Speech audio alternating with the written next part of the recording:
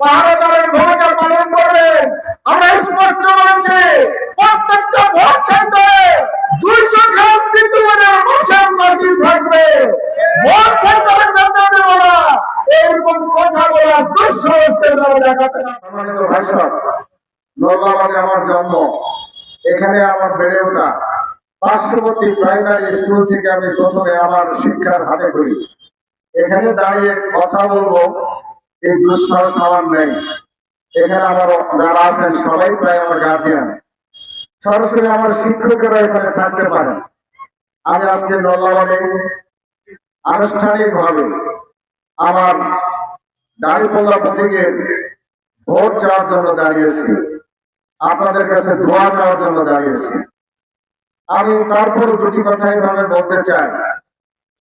আপনারা নেতৃবৃন্দের কথা শুনেছেন। আমাদের এই দেশ, আমাদের এই প্রিয় মাতৃভূমি, আমাদের 54 বছর অতিবাহিত হয়েছে স্বাধীনতার পর। আমরা লক্ষ্য করেছি যারাই লঙ্কায় যায় তারাই রাবণ সাজে। কে বলেন ঠিক কিনা? যারাই রাষ্ট্র শক্তিতে গিয়েছে তারা জনগণের উপর জুলুম করেছে, জনগণকে শাসন করেছে, শোষণ করেছে। আজকে জুলাই বিপ্লবের পর যে উন্মুক্ত পরিবেশ হয়েছে, এই পরিবেশে জামাতের নেতৃবৃন্দ বলছে আমরা আগামী দিনে দেশ পরিচালনার সুযোগ পেলে আমরা দেশের শাসক হব না, সেবক হব। আমরা একটা নতুন বাংলাদেশ গড়ব, একটি বৈষম্যমুক্ত বাংলাদেশ, একটি মানবিক বাংলাদেশ, একটি আধুনিক উন্নত বাংলাদেশ আমরা গড়ব। সংগ্রামী ভাইরা, আমি মালদার দাঁড়িপাল্লা প্রতীকের প্রার্থী। আমি বিগত দিনে এই মালদার যারা নেতৃবৃন্দ ছিল, যারা এমপি মন্ত্রী ছিল, তাদের কাজকে আমি অস্বীকার করি না, তাদের অবদানকে অস্বীকার করি না। তারা স্ব জায়গা থেকে অনেক উন্নতি করেছে। কিন্তু আমি এই নির্বাচনে প্রার্থী হওয়ার পর এবং বিগত দিনে মালদার আনাচে কানাচে সমাজকর্মী হিসেবে বিভিন্ন আচার অনুষ্ঠান, খাস করে লোকেরা জানে আমি জানাজা মিস করতে চাই না। সেখানে যে আমি যা দেখেছি যে মালদায় যে উন্নয়ন হয়েছে, এখনো অনেক অনেক অনেক উন্নয়ন বাকি আছে। কি বলেন ঠিক কিনা? আমার বাড়ি যোগবাজার। আমি তো মনে করে থাকি মালদা একটা অবহেলিত এলাকা, মালদা একটা পিছিয়ে পড়া জনগোষ্ঠীর নাম, আর আমি পূর্ব মালদার সন্তান।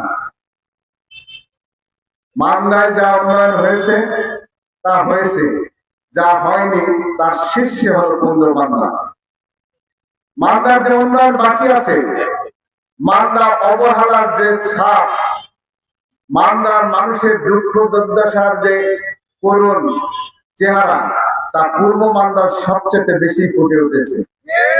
এখান থেকে কয়েক ধাপ পার হলে আমাদের এই ফকরিনে নদী ব্রিজ পার হলে দুইটা রাস্তা দুই দিকে গেছে। গাড়ি ঘোড়া তো দূরের কথা, পায়ে হেঁটে যাওয়াও দুষ্কর। আমার দাঁড়িপাল্লা প্রতীকে যদি বিজয়ী করে, তাহলে এই পূর্ব মালদা থেকে আমি উন্নয়নের কাজ শুরু করব ইনশাআল্লাহ।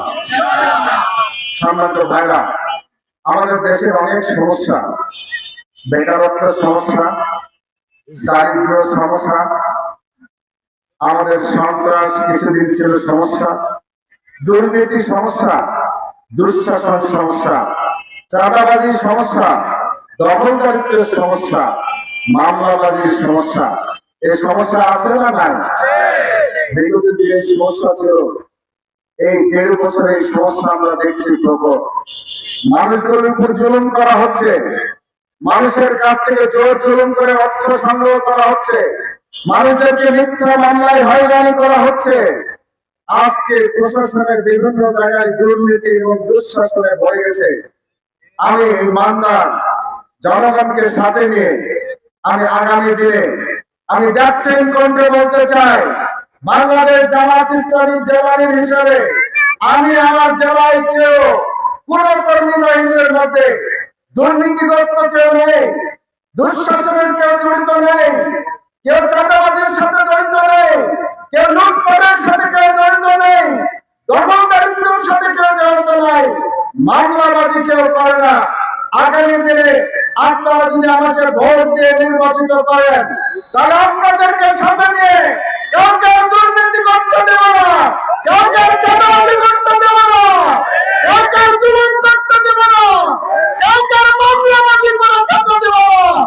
আপনাদেরকে নেই একটি মানবিক, একটি শান্তিপূর্ণ, একটি আধুনিক, একটি উন্নত বাংলা করার কাজ করবো ইনশাআল্লাহ। সম্মানিত ভাইরা, আমি দু একটি কথা বলতে চাই, মানুষের কাছে বলে না। তাদের কাজই হলো মিথ্যাচার, অপপ্রচার আর মানুষকে ধোঁকা দেওয়া। আজকে আমার সম্পর্কে, আমার পরিবার সম্পর্কে, আমার দল সম্পর্কে তারা মিথ্যাচার করছে। আমি বিশ্বাস করি এই মিথ্যাচারের জবাব দেবে মন্দার 3.5 লক্ষ ভোটার ভাই বোন 12ই ফেব্রুয়ারি ব্যালটের মাধ্যমে তাদের এই মিথ্যাচারের জবাব দেবে ইনশাআল্লাহ। আমি কেমন, আমি কি দায়িত্ব পালন করি এটা দেশবাসী জানে, নওগাঁবাসী জানে, মান্নাবাসী জানে। কি আপনারা জানেন না? আমি জামাত ইসলামের নওগাঁ জেলার, আমি নওগাঁয় থাকলে জনগণের জন্য আছি। নওগাঁ আমার চাকরিও নাই, আমি ডাক্তারিও করি না, আমি মাস্টারিও করি না। সংগঠনের নির্দেশে জনগণের কল্যাণে আমি দায়িত্ব পালন করি। আজকে মান্নাবাসী যদি আমাকে ভোট দেয়, তাহলে আমার দায়িত্ব হবে, আমাদের আমির বলেছে আমাদের এমপিরা সরকারি কালে, অধিবেশন চলাকালে থাকবে পার্লামেন্টের ঢাকায়, বাকি থাকবে জনগণের মাঝে। অতীতের মতো জনগণকে, কর্মীদেরকে এমপির বাড়ি যেতে হবে না। আমি যাব আপনাদের বাড়িতে, আপনাদের পাড়ায়, মহল্লায়, গ্রামে গঞ্জে ছুটে দেবো ইনশাআল্লাহ। আজকে আমার প্রতিপক্ষ বন্ধু বলে তাকে সকালে উঠলেই পাওয়া যাবে। আপনাকে সকালে উঠলে যদি পাওয়া যায়, তাহলে আপনাকে ভোট দিয়ে এমপি বানানো দরকারটা কি?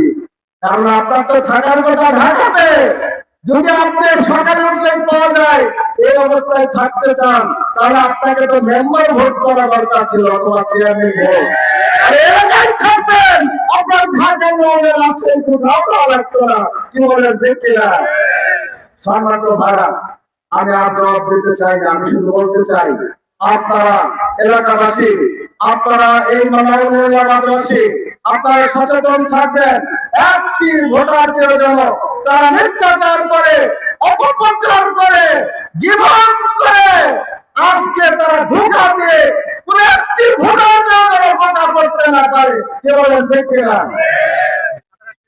আজকে আমি শুধু আপনাদের বলতে চাই, এই 54 বছরে আপনারা সব দেখেছেন, এই দেশবাসীর আশা আকাঙ্ক্ষা একটা নতুন বাংলাদেশ দেখবো আমরা।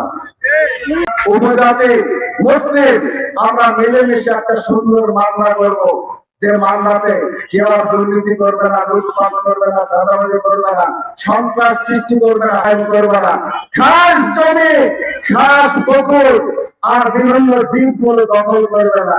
এরকম একটা বাংলা চান আপনারা? চান? তাহলে আগামী দিনে সবার কাছে মেসেজ পৌঁছাতে হবে। আমি বলেছি, আমি যদি এমপি হই, নৌবাদ ইউনিয়নের কমিটি আমার লোক হবে, আর এখানকার গার্লস স্কুল আর কলেজের সভাপতি হতে হবে, এমপি তেমন হবে না। যে প্রতিষ্ঠান যেখানে আছে, স্কুল হোক, কলেজ হোক, মাদ্রাসা হোক, প্রাইমারি হোক, মসজিদ হোক, মন্দির হোক, তার পরিচালনা কমিটি ঠিক করবে, সংশ্লিষ্ট এলাকার লোকজন পরামর্শ করে। হস্তক্ষেপ থাকবে না, সরকারি দলের হস্তক্ষেপ থাকবে না। আমরা আজকে লক্ষ্য করলাম, বিগত 1.5 বছর তাফসীর কমিটির সভাপতি ছাপায় নতুন তারিখ করে, প্রধান অতিথি করে তাফসীর মাহফিল হয়েছে। আরেকটি প্রোগ্রাম ময়দানে আছে, আপনারা আমাকে প্রায় পাবেন, সবসময় দেখা হবে, কথা হবে। আমি শুধু বলবো, আগামী দিনে সচেতন থাকতে হবে। আমরা ভোট দিব আমাদের বাসায়, আমাদের পছন্দের প্রার্থীকে। ভোট সেন্টারে সকাল সকালে যাবেন, সবার আগে ভোট দেবেন। আমার কর্মী বাহিনীতে নির্দেশ দেওয়া আছে, আপনারা নিজ নিজ এলাকায় পাহারাদারের ভূমিকা পালন করবেন। আমরা স্পষ্ট বলেছি,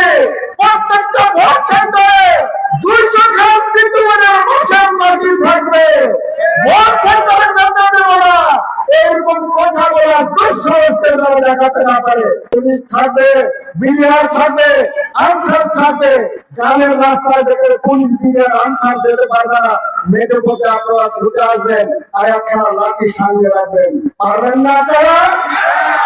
এই হুমকি ধুমকি তো আপনার করা হবে না। এলাকায় কোন লোক যদি হুমকি ধুমকি দেয়, হচ্ছে করে যেতে দেওয়া হবে না। আর নাম তালিকা আমাদের নেতৃবৃন্দ দেবেন, আমরা তার উপযুক্ত জবাব দেব এখন ইনশাআল্লাহ। সম্মানিত ভাইরা, আমি কথা বলার সময় নষ্ট করতে চাই না। আমি শুধু আপনাদের অনুরোধ করি, আসেন।